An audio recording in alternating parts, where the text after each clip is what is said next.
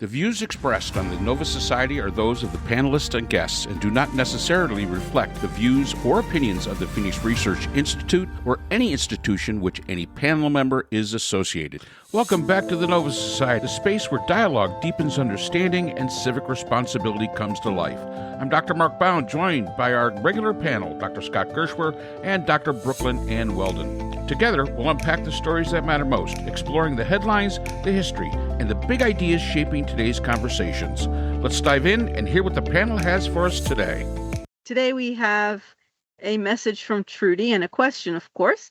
And Trudy from Mount Washington, New Hampshire writes, I've been a listener for more than 3 years, and like many of you, I'm still trying to understand how Trump continues to hold on to any meaningful support. His approval rating sits in the mid to low 30s in most polls, while his disapproval remains firmly in the high 50s and even low 60s. He managed to embarrass himself on the world stage at the World Cup, needing to be escorted off the field so Spain could celebrate without the distraction. The war in Iran is deteriorating, with more American service members killed over the weekend in Jordan. His SAVE Act has little chance of passing, and the more Americans learn about its contents, the less popular it becomes. And now gas prices are reportedly climbing back above $4 a gallon. But my real question is about Trump's support.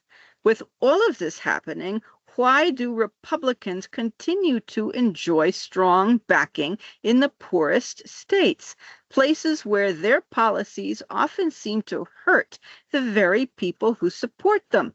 Yeah, that's a wonderful question, Trudy. It certainly has been asked very often. There's nothing new here. No, nothing at all new here. Mark, Scott, unless we, to me, it seems like the fiction that red states are strong and stand on their own feet, while blue states are full of blubbering libtards or limptards or whatever, whereas in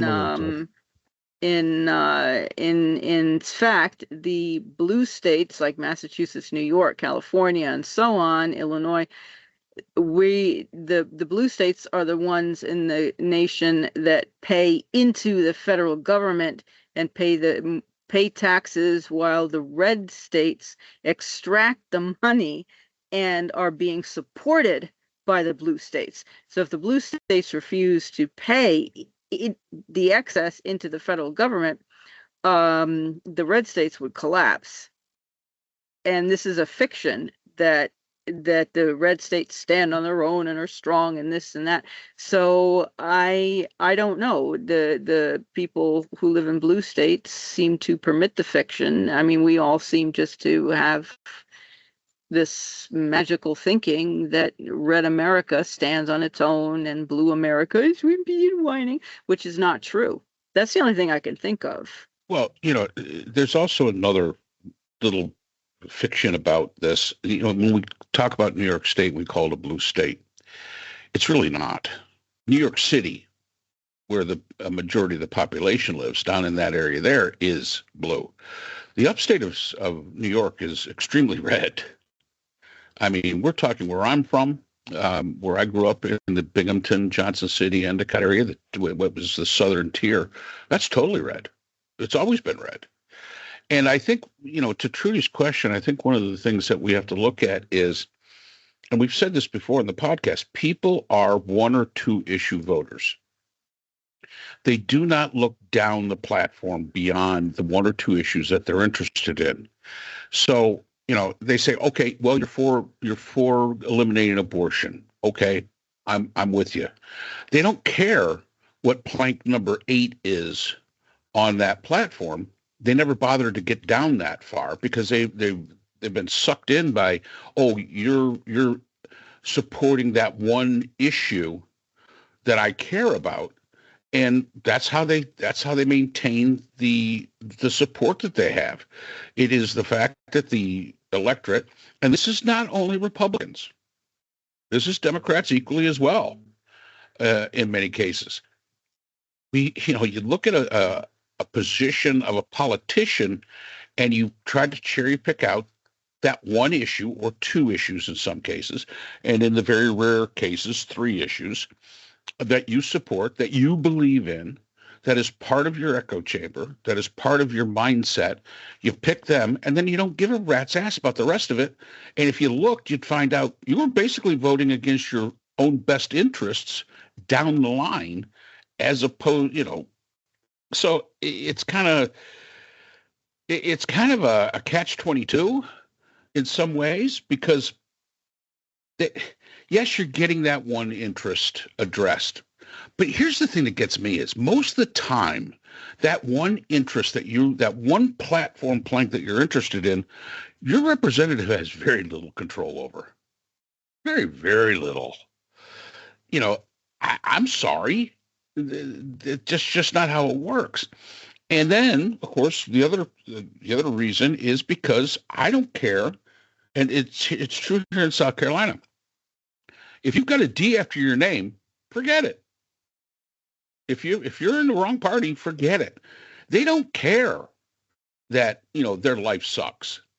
They really don't care. They don't care that Henry McMaster put Lindsey Graham's sister in as the temporary senator from South Carolina. She has no experience whatsoever for running for office. No experience being a senator.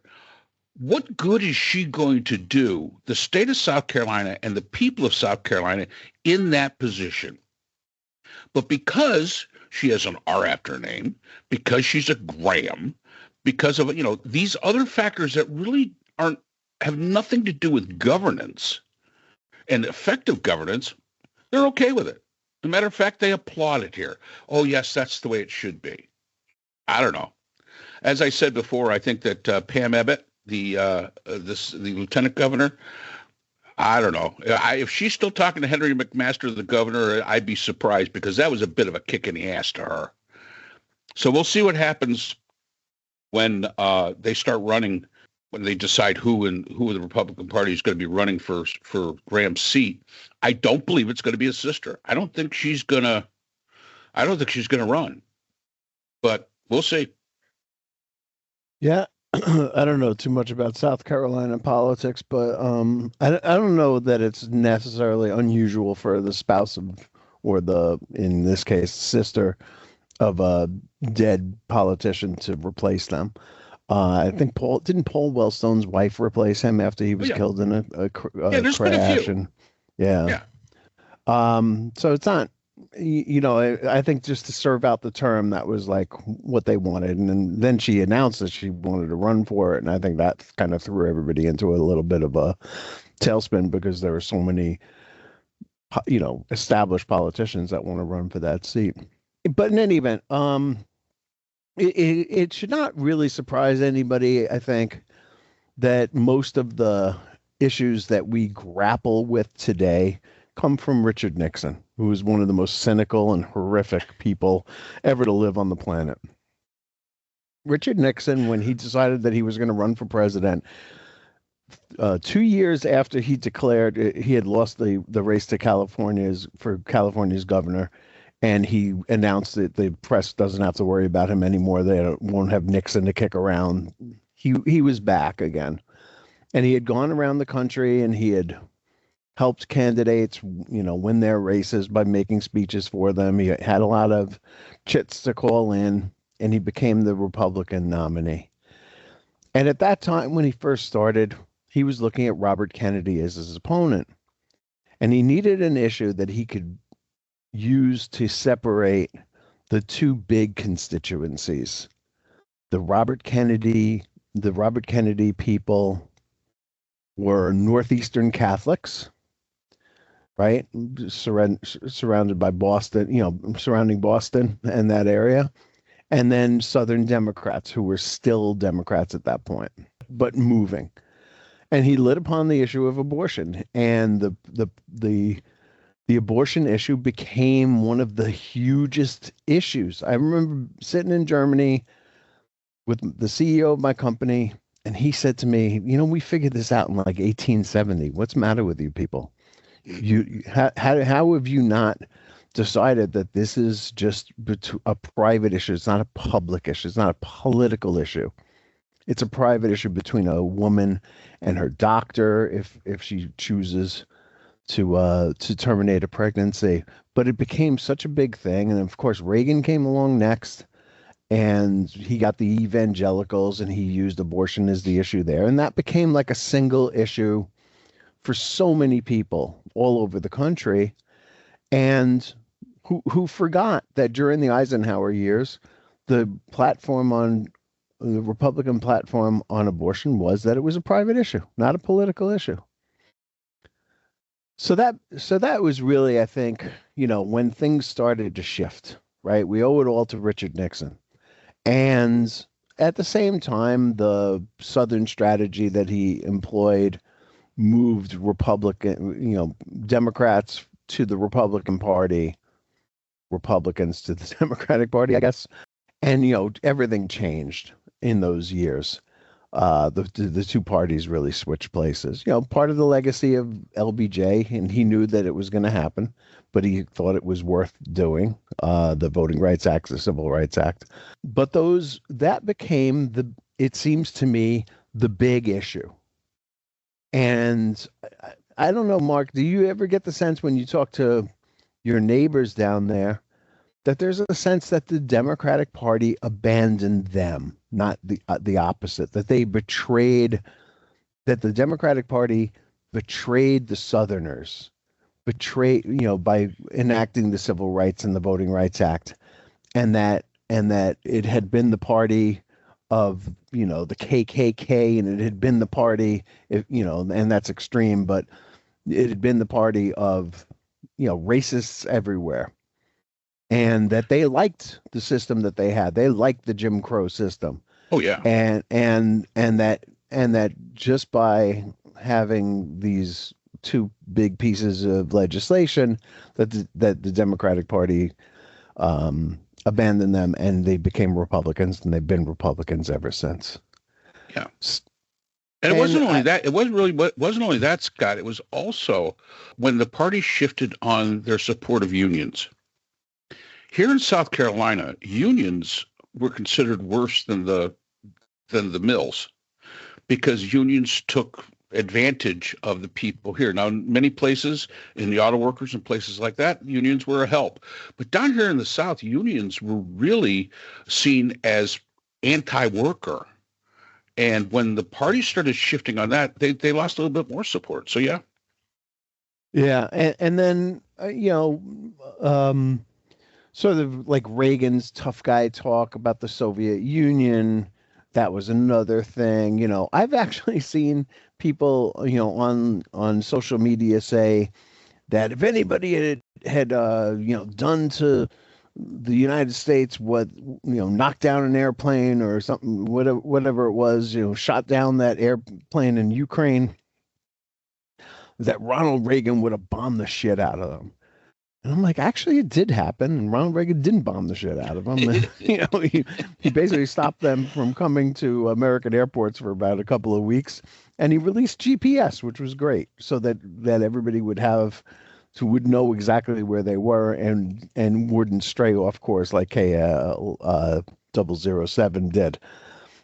It just seems that there's this image that Republican men are like tough guys, and that Republican men are real men. The whole Pete Hegseth, like checking your testosterone levels, is part and parcel of the Republican Party. Predates Trump, by a long shot.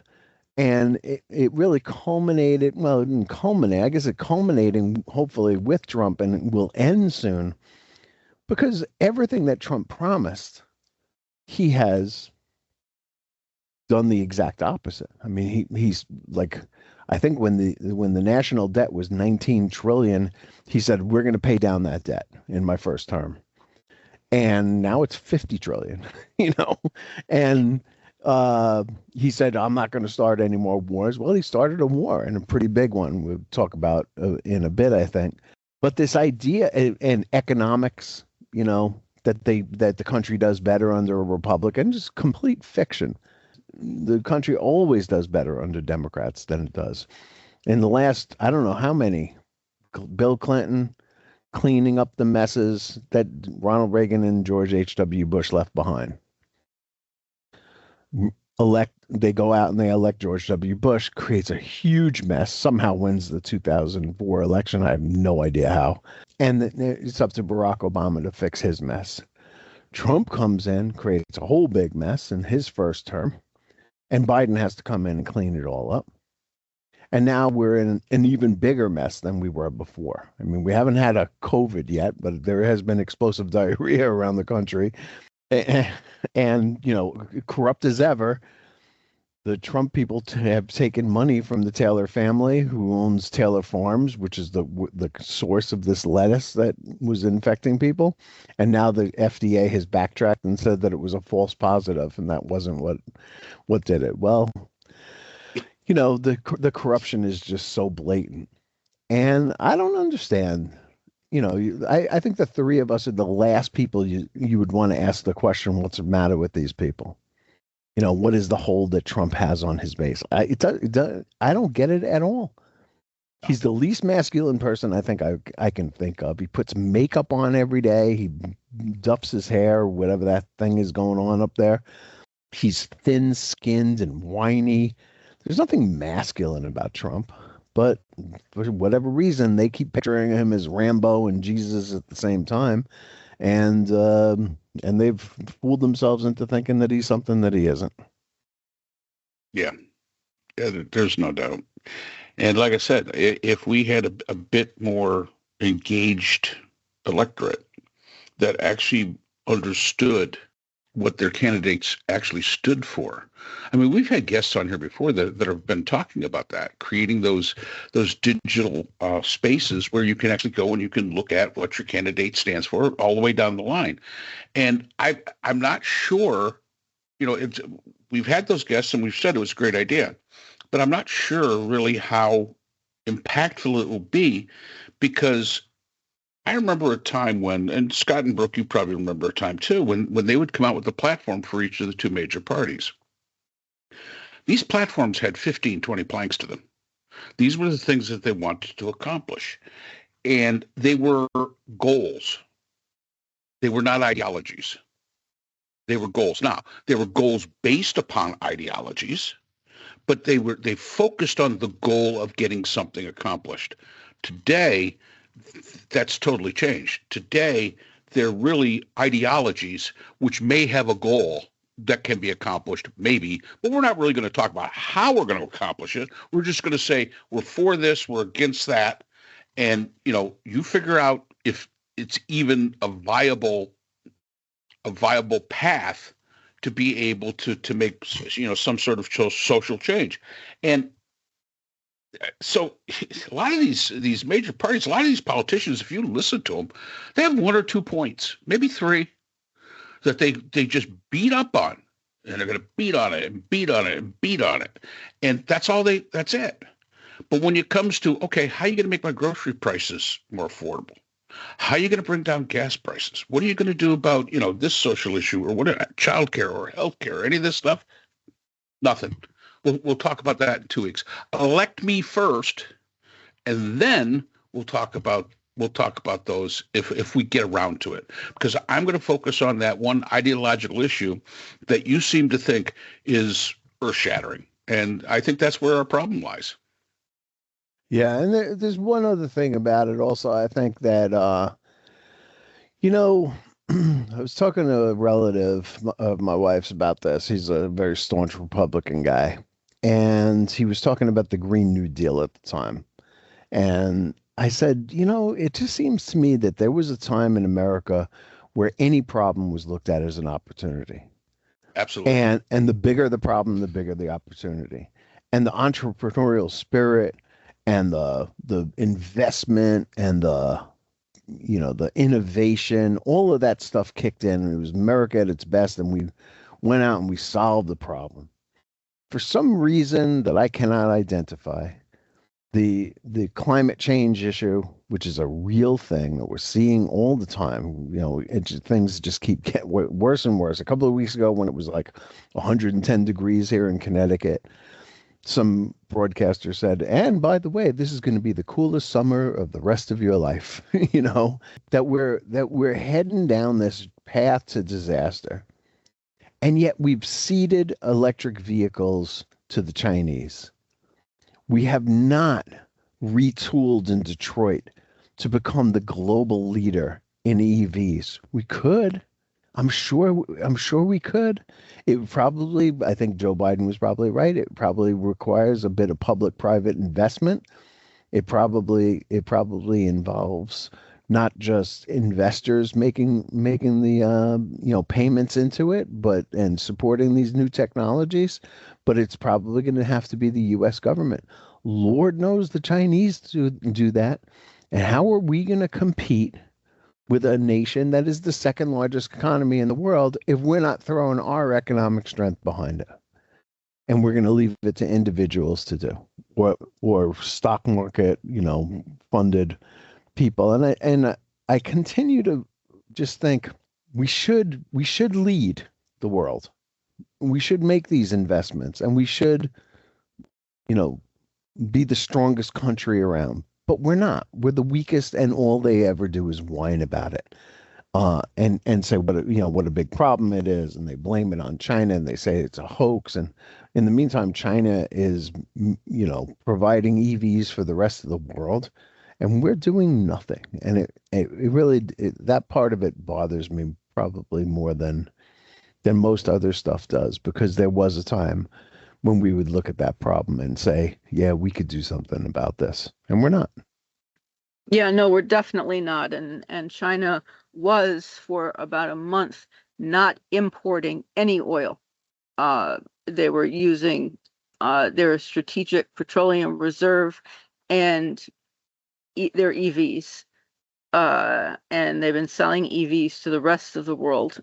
And other countries are transforming from oil and gas to renewables as rapidly as they can, and we're not. And to my knowledge, to my understanding, Trump has paid companies to stop their wind farms and stop their power. I know Kathy Hochul of New York has gone ahead and mandated that those big AI data centers are not going to happen in New York, and has made a statement, at least, that New York is going to go ahead with renewable power energies, despite what the federal government says. And at one point, she and Doug Ford, the premier of Ontario, were discussing modular nuclear power, which are small nuclear reactors, in a joint effort between the two, the New York State and the province of Ontario, to help power New York, because Canada is using what is now modular nuclear power, and these are highly sophisticated small nuclear reactors. So this is not Chernobyl and whatnot. Nuclear power has become far more sophisticated than it was in the 1980s, and that's about all I know about it, because I'm not a nuclear physicist. So at least Kathy Hochul wants to lead. Now, how much the federal government can interfere and refuse licensing and to companies, I don't know. And that, to me, that's an unknown. I don't know how that works. Yeah. I mean, getting back to the cars, China now has 140 different brands of EVs, including one that they call the Temu Rolls Royce, or the Temu Range Rover.